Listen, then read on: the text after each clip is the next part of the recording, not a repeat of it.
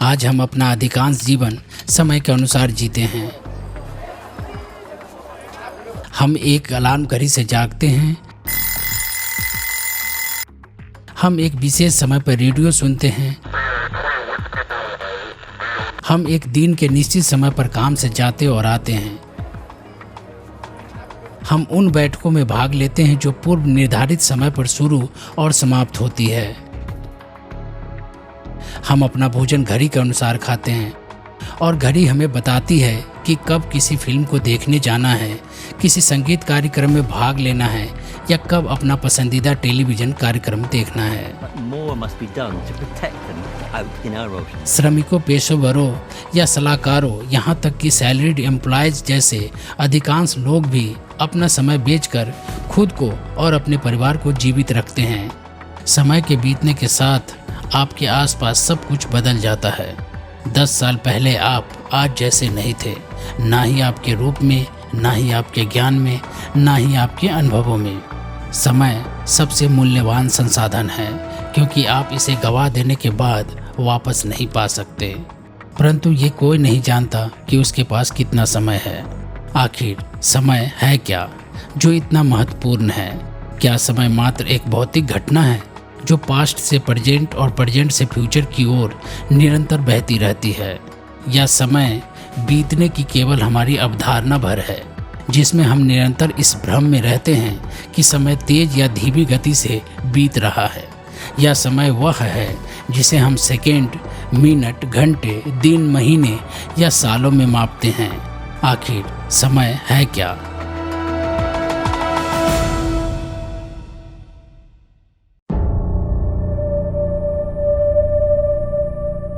समय ब्रह्मांड की सबसे रहस्यमयी शक्तियों में से एक है। यह सभी के लिए परिचित है, फिर भी इसे परिभाषित करना और समझना बहुत ही कठिन है। मध्य युग में ऐसा माना जाता था कि समय भगवान का है और इसलिए इसे खरीदा या बेचा नहीं जा सकता है। इसी कारण ऋण पर ब्याज वसूलना प्रारंभिक ईसाई समाज से 12वीं शताब्दी तक रोमन्स द्वारा प्रतिबंधित था। देखा जाए तो आधिकारिक तौर पर सूदखोरी अभी भी इस्लाम द्वारा प्रतिबंधित है। भौतिक विज्ञानी समय को अतीत से वर्तमान तक की घटनाओं की प्रगति के रूप में भविष्य में परिभाषित करते हैं। टाइम को रियलिटी का 4th डायमेंशन माना जा सकता है, जिसका उपयोग 3 डायमेंशनल स्पेस में घटनाओं का वर्णन करने के लिए किया जाता है। मूल रूप से यदि कोई सिस्टम अनचेंजेबल है तो वह समय के अधीन नहीं है, लेकिन ब्रह्मांड में ऐसी कोई वस्तु नहीं है जो समय से बंधी न हो। हर एक वस्तु समय से बंधी है। निर्माण के साथ ही धीरे धीरे सभी की उम्र बढ़ने लगती है और अंततः समय के साथ वे नष्ट हो जाती हैं। समय कोई ऐसी चीज नहीं है जिसे हम देख सकते हैं, छू सकते हैं या स्वाद ले सकते हैं, लेकिन हम इसके मार्ग को जरूर माप सकते हैं। हम समय के 3 अवस्थाओं से अवगत हैं, भूत, वर्तमान और भविष्य। लेकिन वास्तव में हमारे पास केवल वर्तमान समय है। मतलब हम अपने पास्ट और फ्यूचर को कंट्रोल नहीं कर सकते हैं। समय केवल एक दिशा आगे की ओर यानी भविष्य की ओर चलता है। इसलिए समय के साथ आगे बढ़ना तो संभव है, लेकिन पीछे नहीं। प्रति सेकंड के हिसाब से हम निरंतर समय में आगे बढ़ते रहते हैं। इसे समय का तीर या एरो ऑफ टाइम कहा जाता है। एरो ऑफ टाइम को हम सेकेंड लॉ ऑफ थर्मोडायनेमिक्स के द्वारा भी समझ सकते हैं। प्राकृतिक दुनिया उष्मागतिकी के नियमों का पालन करती है।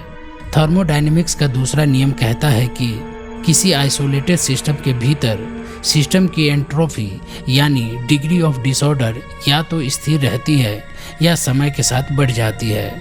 अतः ब्रह्मांड को यदि एक आइसोलेटेड सिस्टम माना जाता है तो इसकी एंट्रोपी बढ़ तो सकती है परंतु कभी कम नहीं हो सकती। दूसरे शब्दों में ब्रह्मांड ठीक उसी स्थिति में वापस नहीं आ सकता जिसमें वो पहले था। मतलब समय पीछे नहीं हट सकता और इसलिए हमें समय के तीर का अनुभव होता है। एक अंडा यदि रसोई की मेज से गिर जाए तो वह टुकड़ों में टूट जाएगा और इसकी अंतिम स्थिति अपने प्रारंभिक अवस्था से पूरी तरह अलग होगी। टूटा हुआ अंडा वापस अपनी पहली अवस्था में नहीं आ सकता। यही समय की दिशा है जो भूत और भविष्य के बीच अंतर पैदा करता है और समय को वन डायरेक्शनल बनाता है। न्यूटन का मानना था कि समय एक नाट्य मंच की तरह है और भौतिक घटनाएं इसके अभिनेता हैं। समय को मापा जा सकता है और यह सभी ऑब्जर्वर यानी पर्यवेक्षकों के लिए एक समान होता है। मतलब 3 मिनट के गाना को सुनने के लिए किसी व्यक्ति को 3 मिनट का ही समय लगेगा, चाहे वो ब्रह्मांड में कहीं भी बैठकर गाना को सुने।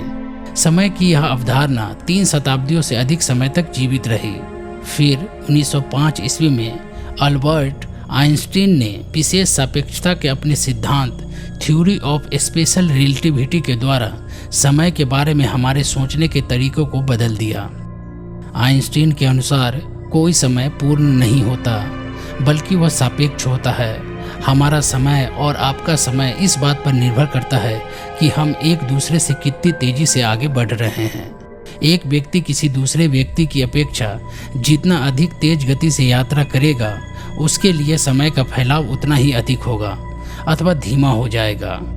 हालांकि हमारे सामान्य दैनिक जीवन में हम कोई समय फैलाव प्रभाव यानी टाइम डायलेशन का अनुभव नहीं करते हैं, क्योंकि ये अंतर कुछ माइक्रो सेकेंड्स के बराबर होते हैं। परंतु प्रकाश की गति 3 लाख किलोमीटर प्रति सेकेंड के करीब यात्रा करने पर यह अंतर काफ़ी नाटकीय हो सकता है। मान लीजिए राम और श्याम नाम के 2 जुड़वा बच्चे हैं।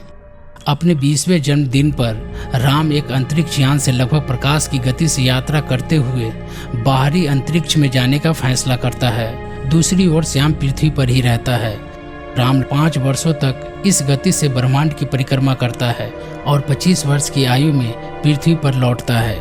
जब राम लौटता है तो पता चलता है कि उसका जुड़वा भाई श्याम 95 साल का है, जबकि वह केवल 25 साल का ही है। इसे ट्विन पैराडॉक्स कहा जाता है, जो आधुनिक भौतिकी में टाइम डायलेशन यानी समय के फैलाव को प्रदर्शित करता है। इसे अल्बर्ट आइंस्टाइन ने सापेक्षता के सिद्धांत के माध्यम से पेश किया था। आइंस्टीन यहीं नहीं रुके। लगभग 10 साल बाद सन 1915 में वे सामान्य सापेक्षता के सिद्धांत जनरल थ्योरी ऑफ रिलेटिविटी को लेकर दुनिया के सामने आए। इसके द्वारा उन्होंने बताया कि जिस तरह प्रकाश की गति से यात्रा करने से कथित समय धीमा हो सकता है, उसी तरह तीव्र गुरुत्वाकर्षण क्षेत्र का भी समय पर प्रभाव हो सकता है। गुरुत्वाकर्षण केवल द्रव्यमान के बीच आकर्षण का बल नहीं है, यह स्पेस टाइम का ही एक गुण है। सापेक्षता एक 4 डायमेंशनल स्पेस टाइम के संदर्भ में ब्रह्मांड के फिजिकल फैब्रिक का वर्णन करती है, जिसमें 3 स्पेशियल डायमेंशंस के साथ एक टाइम डायमेंशन शामिल है।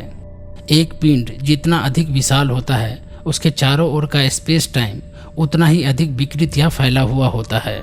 इस तरह न केवल किसी पिंड की स्पीड बल्कि उसका ग्रेविटेशन भी समय को धीमा कर सकता है। उदाहरण के लिए एक ब्लैक होल का ग्रेविटेशनल फोर्स इतना अधिक होता है कि लाइट भी उससे नहीं बच पाती, उसके पास जाते ही उसमें समा जाती है। अतः कोई ब्लैक होल के पास यात्रा करे तो उसका समय बहुत धीमा हो जाएगा। वहाँ बिताया हुआ उसका 10 मिनट का समय पृथ्वी पर के 7 साल के बराबर हो सकता है। मतलब समय सभी जगह एक समान नहीं होता। पृथ्वी, लाइट के करीब स्पीड से यूनिवर्स का चक्कर लगाती स्पेसक्राफ्ट और ब्लैक होल, तीनों स्थानों पर समय अलग अलग होंगे। तो क्या इस प्रकार भविष्य में यात्रा करना संभव है? तो जवाब हाँ भी है और ना भी। सैद्धांतिक रूप से हम टाइम ट्रेवल कर सकते हैं, परंतु व्यवहारिक रूप से अभी यह असंभव है।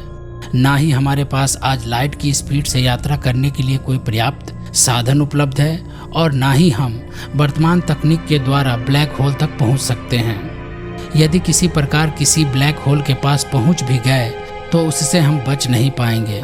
उसका विशाल ग्रेविटेशनल फोर्स हमें क्रश कर देगी। क्या हम अपने अतीत में यात्रा कर सकते हैं? सैद्धांतिक रूप से हाँ, परंतु व्यवहारिक रूप से यह अभी असंभव है। फिर भी यदि किसी प्रकार यह संभव हो भी जाए तो भी कुछ अजीबोगरीब विरोधाभास उत्पन्न हो जाते हैं। कोई अपने अतीत में जाकर यदि अपने दादाजी को मार डालता है तो फिर क्या होगा?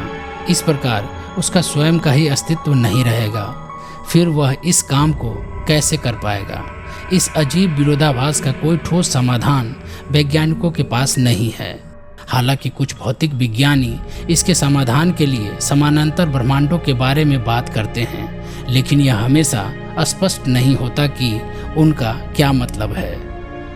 आइंस्टीन ने समय की अवधारणा के बारे में हमारी समझ में क्रांति ला दी, लेकिन इस मॉडिफाइड समझ के साथ भी कुछ वैज्ञानिक अभी भी इस सवाल पर विचार करते हैं कि क्या वास्तव में समय मौजूद है या समय केवल एक जिद्दी लगातार भ्रम है, जैसा कि आइंस्टीन ने एक बार कहा था। समय की प्रकृति को समझने में बहुत प्रगति हुई है, लेकिन मुख्य प्रश्न समय क्या है अभी भी अनुत्तरित है।